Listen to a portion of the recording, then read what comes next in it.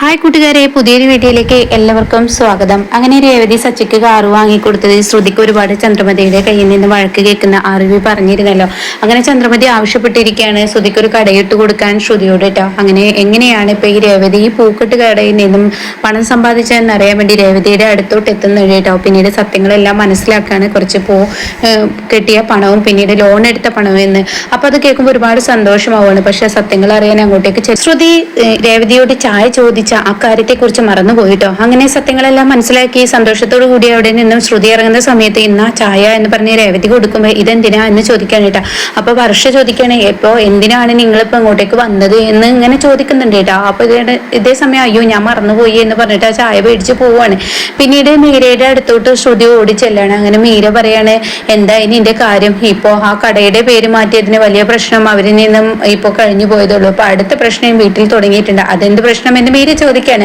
അപ്പോൾ തന്നെ ശ്രുതി പറയാണ്, രേവതി സച്ചിക്ക് കാറ് വാങ്ങി കൊടുത്തിരിക്കുന്നു. അപ്പൊ ഒന്നുമില്ലാത്ത പൂക്കെട്ടുകാരിയായ രേവതി കാറ് വാങ്ങിയെങ്കിൽ എന്റെ അച്ഛൻ സിംഗപ്പൂരിലല്ലേ, സിംഗപ്പൂരിൽ കോടാനുകോടീശ്വരിയുടെ മകളാണല്ലോ ഞാൻ. അതുകൊണ്ട് തന്നെ ഞാൻ എന്തെങ്കിലും ചെയ്യണം, ശ്രുതിക്ക് ഒരു കമ്പനി ഇട്ട് കൊടുക്കണം, അങ്ങനെയുള്ള പറച്ചിലാണ് അവിടെ ഉള്ളത് എന്ന് പറയട്ടെ. അപ്പത് കേൾക്കുന്നതിനോടുകൂടി ഇനിയിപ്പോ എന്താ ചെയ്യുക എന്ന് മീര ചോദിക്കാണ്. എനിക്കറിയില്ല, എന്തായാലും അവരുടെ യഥാർത്ഥ സ്വഭാവം എന്ന് പുറത്തു വന്ന് 2 ദിവസമായി അവരെന്നോട് ഏറ്റുമുട്ടിക്കൊണ്ടിരിക്കുകയാണ്. അവരെ ഞാൻ കണ്ടപ്പോൾ തന്നെ പേടിച്ചു പോയി. അവരുടെ തനി സ്വഭാവം പുറത്തു വരുമ്പോൾ എനിക്ക് പേടിയാവുന്ന, സത്യങ്ങളെല്ലാം അറിഞ്ഞു കഴിഞ്ഞാൽ അവരെന്നെ ശരിക്കും കറിവേപ്പിലെ പോലെ വലിച്ചെറിയും. അതാണ് ഇപ്പൊ എന്റെ പേടി എന്ന് പറയുമ്പോൾ മീര പറയുന്നത്, ഇതാണ് കള്ളങ്ങൾ കൊണ്ട് ഓരോന്ന് പടുത്തുയർത്തിയാൽ പിന്നെ ഞാൻ എന്താ ചെയ്യാ? നീ ഇനി ചെയ്യേണ്ടത് സുധിയല്ലേ, അവനെ നീ എങ്ങനെയെങ്കിലും വല വീശി പിടിച്ചോ, അവനെ നീ എങ്ങനെയെങ്കിലും നിന്റെ കൈക്കുള്ളിലാക്കിക്കോ. നിന്റെ ഒന്നുമില്ലായ്മ അവനെ അറിഞ്ഞു കഴിഞ്ഞാൽ, അങ്ങനെ ഒരു സിംഗപ്പൂർ കഥയില്ല എന്ന് അവനെ അറിഞ്ഞു കഴിഞ്ഞാൽ അവൻ നിന്നെ ഉപേക്ഷിക്കുന്നത് നോക്കിക്കോ എന്നൊക്കെ ഇങ്ങനെ പറയട്ടോ. അതൊക്കെ കേട്ട് ശ്രുതി ആകെ സങ്കടത്തിലാവാണ്. പിന്നീട് വീട്ടിൽ ആരോ ബെല്ലടിക്കുന്ന ഒച്ച കേട്ട് ചന്ദ്രമതി പുറത്തു വന്ന് നോക്കുമ്പോൾ മഹിമയാണ് കേട്ടോ കാണുന്നത്. മഹിമയെ കണ്ടവിടെ തന്നെ ചന്ദ്രമതി കയറിയിരിക്കുക എന്നൊക്കെ പറഞ്ഞ് ഇരുത്താണ്. ഇതേസമയം രേവതിയും സച്ചി ഇവിടെ ഇല്ലേന്ന് ചോദിക്കാൻ കേട്ടോ. വന്നപാടെ രേവതിയും സച്ചിയും ചോദിക്കുന്നത് കൊണ്ട് തന്നെ ചന്ദ്രമതിക്ക് അത്ര വല്ലാതെ അങ്ങ് പിടിക്കില്ല. ഇതെന്താ അവരെ അന്വേഷിച്ചേ? ഒന്നുമില്ല, ഞാൻ ചോദിച്ചതാണ്, ഒരു കാര്യം പറയാനാണ് വന്നത്. അപ്പൊ അത് കേട്ട ഉടനെ അവരില്ലാതെ എന്നോട് പറയാനായിരിക്കും വന്നത് എന്നുള്ള അർത്ഥത്തിൽ ഇങ്ങനെ നിൽക്കുകയാണ്.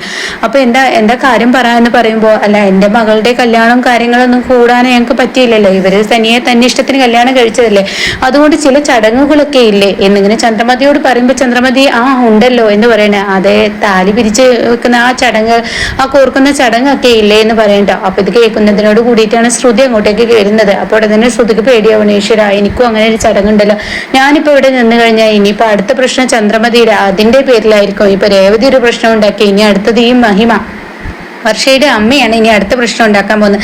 അതുകൊണ്ട് തന്നെ എന്ന് പറയട്ടോ. അപ്പോഴേക്കും ഇവിടെ രേവതി അവിടെ ഇല്ലേ എന്ന് ചോദിച്ച ആ ചന്ദ്രമതി മറന്നിട്ട് രേവതി എവിടെയെന്ന് പറയണ. അപ്പോഴേക്കും ശ്രുതി വന്നിട്ട് പറയണ, അമ്മേ രേവതി കടയിലോട്ട് പൂക്കെട്ടാൻ വേണ്ടി പോയിരിക്കണം, അവളുടെ ഒരു പൂവും അവളുടെ ഒരു കച്ചവടം, ഇവിടെ വന്നവർക്ക് ഒരു ചായ എടുക്കാൻ പോലും ഇല്ല, നീ എന്തായാലും ഇവിടെ ഇരിക്ക് എന്ന് പറഞ്ഞ ഉടനെ തന്നെ ഞാൻ ഇവർക്ക് ചായ എടുക്കാം എന്ന് പറഞ്ഞിട്ട് ശ്രുതി അവിടെ നിന്ന് പോവാണ് കേട്ടോ. പിന്നീടാണെങ്കിലോ മഹിമ പറയണ, അങ്ങനെ നിൽക്കട്ടെ മോളെ നീ പോവാന്, കാരണം എൻ്റെ മകൾക്ക് താലി കോർക്കൽ ചടങ്ങ് നടത്തുന്നുണ്ടല്ലോ, ആ ചടങ്ങ് നടത്തുന്നതിന് മുന്നേ നിന്റെ ചടങ്ങാണല്ലോ ആദ്യം നടത്തേണ്ടത്, നീയാണല്ലോ ഈ വീട്ടിലെ മരുമകൾ, ആദ്യത്തെ മരുമകൾ നീയാണല്ലോ, അപ്പൊ അതുകൊണ്ട് നിന്റെയും കൂടി നടത്തണ്ടേ എന്ന് പറയാം കേട്ടോ. ഇത് കേൾക്കുന്ന ശ്രുതി ആകെ പെട്ടുപോകണ, ഈശ്വര ഇനി ഇതിന്റെ പേരിലാവുമല്ലോ എനിക്ക് അടുത്ത വഴക്ക്, ഇവരിനിപ്പോ എൻ്റെ അച്ഛൻ അമ്മ എന്നൊക്കെ പറയും, സിംഗപ്പൂരിൽ നിന്ന് അത് വരണം ഇത് വരണം എന്നൊക്കെ ഇവരിങ്ങനെ ആവശ്യപ്പെടുമല്ലോ എന്നിങ്ങനെ നിൽക്കുമ്പോൾ ചന്ദ്രമതി പറയണ, ശരിയാണല്ലോ നിന്റെ ചടങ്ങ് നടത്തണല്ലോ എന്ന് പറയട്ടോ. അപ്പൊ ഇത് കേട്ടോടെ തന്നെ ശ്രുതി പറയണേ, എൻ്റെ അച്ഛനെയോ പിന്നെ നിന്റെ അച്ഛനല്ലാതെ വേറെ ആര് വന്നിട്ട് ഈ ചടങ്ങ് നടത്തുന്നത്, ഞങ്ങൾ നടത്തേണ്ട ചടങ്ങല്ലല്ലോ, നിന്റെ അച്ഛൻ തന്നെ വന്നിട്ട് നിന്റെ ആ താലി കോർക്കൽ ചടങ്ങ് നടത്തണം എന്ന് പറയട്ടോ. അപ്പൊ കേൾക്കുന്ന ശ്രുതി പറയണ, അയ്യോ എൻ്റെ അച്ഛനെ വിളിക്കാനൊന്നും പറ്റില്ല, എൻ്റെ അച്ഛനെ ബിസിനസ്സിന്റെ തിരക്കിലാണെന്ന് പറയട്ടോ. ഇത് കേൾക്കുന്ന ചന്ദ്രമതി 24 മണിക്കൂർ ഈ തിരക്ക് എന്ന് മാത്രമല്ല ഇനി പറയുന്നത് കേൾക്കുന്നുള്ളൂ, ഇത്തവണ താലി കോർക്കൽ ചടങ്ങിന് എൻ്റെ അച്ഛൻ ഇവിടെ എത്തിയിരിക്കണം എന്നുള്ള ഓർഡർ ഇടുമ്പോൾ ശ്രുതിക്കൊന്നും പറയാനാവാതെ തല താഴ്ത്തി പോവാണ് കേട്ടോ. പിന്നീടാണെങ്കിലും മഹിമ ഇങ്ങനെ പറയുന്നുണ്ട് ചന്ദ്രമതിയോട്, എൻ്റെ മകളുടെ ആ ചടങ്ങ് എനിക്ക് നന്നായി നടത്തണം, അപ്പോൾ വലിയൊരു മണ്ഡപം തന്നെ ഞാൻ ബുക്ക് ചെയ്തിട്ടുണ്ട്, അവിടെ വെച്ചിട്ടാണ്, അപ്പൊ നമുക്ക് അക്കൂട്ടത്തിൽ ശ്രുതിയുടെ ചടങ്ങ് നടത്താം, അവളുടെ അച്ഛൻ എത്താൻ പറ്റിയില്ലെങ്കിലും ആ ചടങ്ങ് നമുക്ക് നടത്തി കൊടുക്കാം എന്നൊക്കെ പറയുമ്പോൾ നിന്റെ ഒരു വലിയൊരു മനസ്സ് എന്നൊക്കെ ഇങ്ങനെ ചന്ദ്രമതി പറയുന്നുണ്ട് കേട്ടോ. അങ്ങനെ ചന്ദ്രമതിയുടെ മനസ്സ് എന്നൊക്കെ പറയുമ്പോൾ മഹിമക്കൊരു ലക്ഷ്യമുണ്ട്. ആ ലക്ഷ്യമാണ് മഹിമ നിറവേറാൻ പോകുന്നത് കേട്ടോ. പിന്നീട് മഹിമ തന്റെ ഭർത്താവിന്റെ അടുത്തോട്ട് ചെല്ലാണ്. നീ എവിടെയാണ് പോയിരുന്നത്? നിന്നെ കണ്ടില്ലല്ലോ എന്ന് പറയുമ്പോൾ ഞാൻ നമ്മുടെ മോളുടെ അടുത്ത് പോയത്. അവിടോട്ട് നീ എന്തിനാ പോയത്? കൾച്ചറില്ലാത്ത ഫാമിലിയാണെന്ന് നിനക്ക് നന്നായി അറിയില്ലേ? അതൊക്കെ എനിക്ക് നന്നായി അറിയാം. പക്ഷെ എന്റെ മകളെ മറ്റുള്ളവർക്ക് അങ്ങനെ വിട്ടുകൊടുക്കാൻ പറ്റില്ലല്ലോ. ഞാൻ എന്റെ വയറ്റിൽ നൊന്ത് പ്രസവിച്ചുണ്ടാക്കിയ മകളല്ലേ, അവളെ എനിക്ക് തിരികെ കിട്ടണം. അതിനെങ്ങനെ? അതാ ചന്ദ്രമതി സമ്മതിക്കില്ലല്ലോ. ശ്രീകാന്ത് ആണെങ്കിൽ വരില്ല, ആ പയ്യനാണെങ്കിൽ നിനക്ക് അറിയില്ല എന്നൊക്കെ പറയുമ്പോൾ അതിനുള്ള ഒരു വേലത്തരൊക്കെ ഞാൻ ചെയ്തു വെച്ചിട്ടുണ്ട്. എന്ത് വേലത്തരം? അതെ, ഇപ്പൊ എന്തായാലും ഇവരുടെ താലികോർക്കൽ ചടങ്ങ് നമ്മൾ നടത്തണല്ലോ. നമ്മുടെ മകള് തന്നെയാണല്ലോ. നാട്ടുകാരൊക്കെ അറിയുക വിവാഹം നടത്തേണ്ടവൾ ഇന്നിപ്പോ ഒന്നുമില്ലാതെ വിവാഹം ചെയ്തല്ലേ. അപ്പൊ ഈ ഒരു ചടങ്ങിലേക്ക് നല്ല ആഘോഷത്തിൽ കഴിക്കണം. അതിനുള്ള ഏർപ്പാടാണ് ഞാൻ ചെയ്തത്. അതിലിപ്പോ എന്താ കാര്യം? അവർക്കൊക്കെ അതിനുള്ള ആ ഒരു നിലയും വിലയൊന്നും ഇല്ലല്ലോ, അവർക്ക് അതിനുള്ള യോഗ്യത ഒന്നുമില്ലല്ലോ. എന്തിനാ വെറുതെ അത് നടത്തുന്നേ എന്നിങ്ങനെ ചോദിക്കുമ്പോൾ അത് നടത്തുന്നത് എൻ്റെ മകളെയും മരുമകനെയും എനിക്ക് ഈ വീട്ടിൽ സ്വന്തമാക്കാൻ വേണ്ടി. അതിനെന്ത് വഴിയാണ് എൻ്റെ അടുത്തുള്ള? അതിനുള്ള വഴിയല്ല ആ സച്ചിയും രേവതിയും മതി. അവരെ വെച്ച് ഞാനൊരു പണി നടത്തുമെന്ന് പറയട്ടോ. ഇത് കേൾക്കുന്നതിനോട് കൂടിയിട്ട് അങ്ങ് നടക്കുമോ എന്ന് ചോദിക്കാം.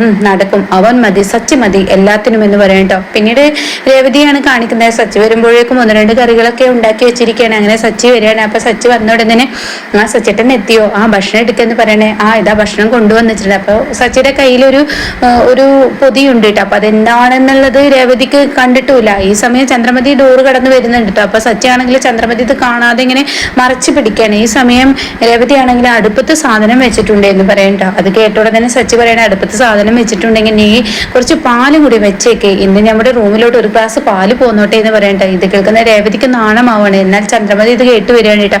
അങ്ങനെ ചന്ദ്രമതി എന്താണ് നിന്റെ കയ്യിൽ എന്ന് ചോദിക്കുന്നുണ്ട് കേട്ടോ. അപ്പോൾ തന്നെ ചന്ദ്രമതി ഇതെന്താ കയ്യിൽ എന്ന് ചോദിക്കുമ്പോൾ സച്ചി ഇങ്ങനെ ദേഷ്യം പിടിക്കുന്നുണ്ട്. ആ സമയം രേവതി ആണെങ്കിലോ രേവതിയോട് പറയാം, എന്താ നീ വേഗം കഴിക്കുന്നിടത്ത് ഇവിടെ ഇങ്ങനെ വന്ന് നിൽക്കുന്നത്? നിനക്ക് അടുക്കളയിൽ പണിയൊന്നുമില്ല, അടുക്കളയത്തെ പണി ഫുള്ള് തീർക്കാൻ നോക്കിയെന്ന് പറയാം കേട്ടോ.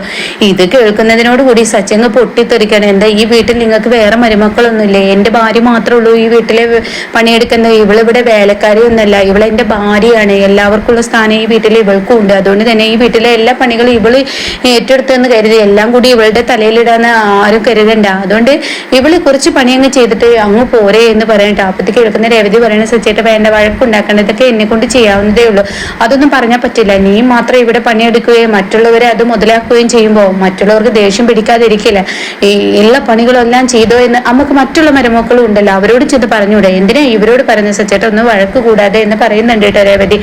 അങ്ങനെ ചന്ദ്രമതിയുടെ ആ സംസാരം ഒട്ടും തന്നെ ഇഷ്ടപ്പെടുന്നില്ല. പിന്നീട് ആരും കാണാതെ ആ മുല്ലപ്പൂ പൊതിയുമായി സച്ചി റൂമിലോട്ട് പോവാണ്. അങ്ങനെ സച്ചി ഒരുപാട് സന്തോഷവാനാണ്. കാരണം തൻ്റെ ഭാര്യ തനിക്കൊരു കാറ് തനിക്ക് സർപ്രൈസ് ആയി തന്നെങ്കിൽ അവളുടെ തലയിൽ മുല്ലപ്പൂ ചൂടി കൊടുത്തത് അവൾക്ക് വലിയൊരു സർപ്രൈസ് തന്നെ കൊടുക്കണമെന്നുള്ള ആ ഒരു ഇതോട് കൂടിയിട്ട് കണ്ണാടിയിൽ ഇങ്ങനെ നോക്കിയിട്ട് വലിയ ഒരു പ്രണയം മുഖത്ത് ഇങ്ങനെ തുളുമ്പായിട്ട് അങ്ങനെ ആ ഒരു സീനാണ് കേട്ടോ കാണിക്കുന്നത്. എന്നാൽ രേവതി ആണെങ്കിൽ സച്ചിക്കുള്ള പാലുമായി വരികയാണ്. അപ്പൊ ഇനി എന്തായാലും അവർക്കിടെ നല്ലൊരു റൊമാൻസ് സീനാണ് നമുക്ക് മുന്നിൽ ഇനി വരുന്ന ആഴ്ചകളിൽ കാണാനിരിക്കുന്നത് കേട്ടോ. അങ്ങനെ സച്ചി രേവതിയുടെ തലയിൽ ആ മുല്ലപ്പൂ ചൂടി കൊടുക്കുന്നുണ്ട്. പിന്നീട് ആ പാല് ഷെയർ ഇട്ട് കുടിക്കുകയും അവരുടെ ആ റൊമാൻസ്, അതായത് അതിനുള്ളിൽ ഓടിക്കളിക്കലും പിടിച്ചു കെട്ടിപ്പിടിക്കലും അങ്ങനെ നല്ല നല്ല ആ ഒരു സീനുകൾ നമുക്ക് ഇനി അടുത്ത ആഴ്ച ആകുമ്പോഴേക്കും കാണും കേട്ടോ. ഇതേ സമയം ഇപ്പുറത്താണെങ്കിലോ ശ്രുതി ആകെ പെട്ടിരിക്കുകയാണ്. തൻ്റെ അച്ഛനെ സിംഗപ്പൂരിൽ നിന്ന് വരുത്തിയില്ലെങ്കിൽ തീർച്ചയായും താൻ എൻ്റെ സ്വഭാവം മാറി, തൻ്റെ അച്ഛനെ എപ്പോഴും പണിയുടെ തിരക്കാണോ എന്നൊക്കെ ചോദിച്ച് ചന്ദ്രമതി വളരെ മോശമായി സംസാരിക്കുന്ന ശ്രുതിയോട് ഇനി എപ്പോഴും വഴക്കിടുന്ന ആ സീനുകളുമാണ് കേട്ടോ ഇനി ഉണ്ടാവാൻ പോകുന്നത്.